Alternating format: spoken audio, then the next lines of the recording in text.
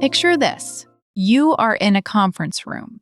15 people, no one speaks. The silence has texture, you can almost feel it pressing on your skin. There's a problem on the table that everyone can see, and everyone is waiting for someone. Anyone to say the first word, and somewhere in the back of your mind, a quiet voice says, "If it were really urgent, someone would have said something by now." Welcome to Mind Decoded. I'm Dr. Ann. And I'm Zach. Dr. Ann, what are we unpacking today? We are unpacking something you have felt hundreds of times in your life without ever knowing it has a name. It's called the bystander effect. And I'll tell you right now, the moment you understand this, you will stop judging yourself for staying silent in those conference rooms. Okay, you have my full attention because I have been that person. I've sat through so many meetings where I had something to say, something actually useful, and I just didn't. And then someone else says it 20 minutes later, and I'm sitting there like, I literally had that thought. And here's what I love about this. You think you were being timid. You think it was a personal failing. And I promise you, it is not. It's one of the most robustly documented patterns in all of social psychology. And it happens because your brain is actually trying to be logical, but it's using the wrong logic. Wait, my brain was trying to be logical by staying quiet? Exactly. Let me tell you the story that started it all. It's the origin point for this entire field of research. I'm listening. March 13th, 1964, Queens, New York, around 3 in the morning. A 28-year-old woman named Kitty Genovese is attacked while walking home from her job as a bar manager. The attack occurs over approximately 30 minutes. And here is the detail that made this case unforgettable. 38 people reportedly heard her screams or witnessed part of the attack from their apartment windows. And not a single person called the police. 38 people? 38. That's heartbreaking, and honestly, that makes me angry. How did 38 people hear someone in trouble and do nothing? That was the exact reaction the country had. Everyone was furious. Newspapers ran headlines about the moral decay of American society. People called it cold-blooded apathy. The assumption was that these were terrible, calloused human beings. And weren't they? This is where it gets really interesting. Two social psychologists, Bib Latané and John Darley, looked at this case and said, "Hold on, the math doesn't work the way people think it does. What if the reason no one helped wasn't apathy at all? What if it was actually caused by the fact that there were so many witnesses?" I'm sorry. Having more witnesses made it less likely someone would help? That's exactly what they hypothesized. And then they spent years designing experiments to test it. Okay, I need to hear this. What did they find? The first experiment was deceptively simple. They told participants they were part of a discussion about personal problems via intercom. Each participant was in a separate booth. But here was the twist. Some participants believed they were talking to one other person. Others believed they were part of a group of 6. Okay. Then during the conversation, one of the participants simulated a seizure. They played a recording of someone's voice becoming distressed, choking, and then going silent. That's intense. It was meant to be ambiguous, realistic enough to feel real, ambiguous enough that someone might think, "I'm not sure if this is an emergency." And here's what happened. In the two-person condition, just the participant and the person having the seizure, 85% of participants left the booth to find help. 85%, that's most people. It is. Now, in the 6-person condition, where participants believed there were 5 other people listening, only 31% went for help. 31%? So the chance that someone helps drops by more than half just because there are more people around? By more than half, yes. And that effect has been replicated dozens of times across different countries, different contexts, different cultures. The size and direction are remarkably consistent. That's incredible, but also deeply unsettling. So you're telling me that if I'm in trouble on a busy street, I'm actually worse off than if I'm on a quiet one? Statistically, yes. And that is the core of the bystander effect. Your brain runs a calculation, and that calculation is if there are other people around, the responsibility to act is shared. So your brain says someone else will handle it. But wait, that's the thing that gets me. I always assumed it was fear. Like, people are afraid of getting involved, but you're saying it's not fear, it's a cognitive miscalculation. Partially, there are actually two distinct psychological mechanisms at work here. Let me walk through them. Please. The first is called diffusion of responsibility.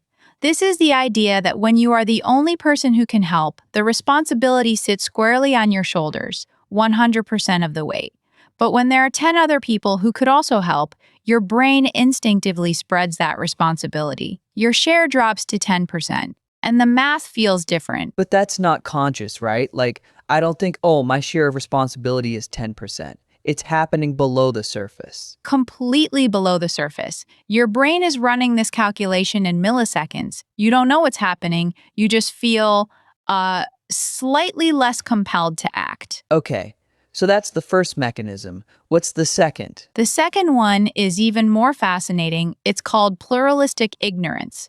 This is a phenomenon that plays out constantly in meetings, in classrooms, in group settings, everywhere. I'm waiting. Imagine you're in a meeting. Someone presents a plan. Everyone is looking at the slides. You have a question, but no one else is asking anything. So you look around the room, everyone seems calm, everyone seems like they understand, and you think to yourself, well, if everyone else gets it, maybe the question is stupid. I don't want to be the one who doesn't get it, so you stay quiet. I have done that exact thing. Last week, in a meeting about the budget. And here's the twist, everyone else in that room is doing the exact same thing. Sigh. What? Every single person in that room is watching everyone else, and everyone else is showing a calm face, and everyone is assuming everyone else understands. But in reality, half the room has the exact same question you have. They're all just too scared to ask first. That's insane. It's pluralistic ignorance. We look to others to understand how we should interpret a situation, but everyone else is looking to everyone else too. And so the room stays silent, not because everyone understands, but because everyone is waiting for someone to make the first move. So you're telling me that my entire professional life, I've been in meetings where everyone is confused and no one says anything because everyone thinks everyone else gets it? That is exactly what I'm telling you. And once you see this pattern, you will see it everywhere. In team meetings, in classrooms, in social groups where someone is clearly struggling but no one steps in because everyone is looking at everyone else. This is genuinely blowing my mind. Because I always thought I was the only one who felt uncertain. I thought everyone else was just more confident than me. And it turns out they're all just as confused, but they're all hiding it as well as I am. This is the part that makes me love research on this topic. Once you understand the mechanism, you stop carrying shame about it. You realize this isn't a character flaw, it's a feature of how human social brains operate. And what's more, once you know it's happening, you can actually choose to act differently. Okay, how? Tell me how I stop being a bystander in that next meeting. The simplest intervention is one of the most powerful, and it comes directly from the research. In one of Latane and Darley's later experiments, they found that if a single person in a group does something, anything, the entire dynamic shifts. Like what? In one study, they had a Confederate, someone working with the researchers, act confused, just mildly. They'd raise their hand and say, "I'm not sure I follow this." That was it. And suddenly other people in the room started admitting they were confused too. So the barrier isn't just the confusion. It's being the first person to admit it. Exactly. The first person takes all the social risk. Everyone after that is riding on your momentum. So if you want to break the bystander effect in a meeting, you have to be willing to be the first voice. That's terrifying, but I can see why it works. It's terrifying, which is why most people don't do it. But here's what I want you to consider. Once you know this, you are no longer an unknowing participant in the bystander effect. You can choose. You can look around the room and say, "I think everyone is waiting for someone else. I'll be that someone." I'm going to try that. I'm definitely going to try that. But I also want to ask about the other side of this. What if I'm the person in trouble? How do I get help in a crowd? That's a brilliant question. And there's a specific technique psychologists have identified that dramatically increases your chances of getting help. It's counterintuitive at first, but it works. Tell me. When you need help in a public setting, do not shout in general. Do not say someone help me. Here's why. If you say someone call an ambulance, every person hears it and thinks someone, not necessarily me. Right. The diffusion of responsibility. Exactly. But if you point to a specific person, you in the blue jacket call 911. That person's responsibility jumps from a fraction to 100%. Their brain cannot diffuse it. It's now personal.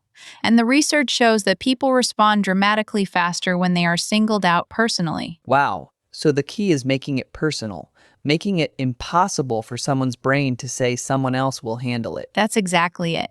And this works in meetings too. If you are a manager and you want to hear from specific people, don't ask the room any questions. Ask the person who has been silent. Say, Zach, what's your perspective on this? Oh, that changes everything. And now you're not just a nicer manager. You're actively dismantling pluralistic ignorance. You're making it easier for every person in that room to speak their mind. Dr. Ann, I have a confession. I have been a bystander so many times, and I feel like I just got a permission slip to forgive myself for all of it. Hen, you should forgive yourself. Because your brain was doing exactly what billions of years of social evolution trained it to do. Your brain said, safety in numbers. Follow the group. Don't stand out. That's not cowardice. That's survival wiring. The question is, now that you know it's there, what do you want to do with it? I want to be the first person, at least sometimes. I'll start small. That's all it takes. One moment of noticing, one choice to say something, and slowly you train yourself to override the default program. So what's the big takeaway? If someone listens to this and wants to remember one thing tomorrow morning when they walk into the office, what should it be? If no one is speaking, it's not because everyone understands. It's because everyone is waiting, and you can be the one who stops waiting. I love that. And I think the second takeaway for me is, if I need help, I should pick one person and look them in the eye, not shout into the crowd. That's exactly right. The science is simple once you see it, but living it is the hard part. And that's why we talk about this. Not to make you feel guilty about the meetings where you stayed silent, but to give you a tool you didn't have before. Mine Decoded. Every episode gives me a new tool, and I'm honestly grateful for it. And that's why we do this. Zach, it's been a pleasure unpacking the bystander effect with you. Same here. To our listeners, if you recognized yourself in this episode, and honestly I think almost everyone will, try one thing tomorrow in one meeting, be the first voice. Or if you're walking down the street and you see someone who needs help, don't assume someone else will help, that someone might be you. And if you want to go deeper into how your brain makes decisions in social situations, hit subscribe. We've got a lot more to explore together. Thanks for listening. See you in the next episode.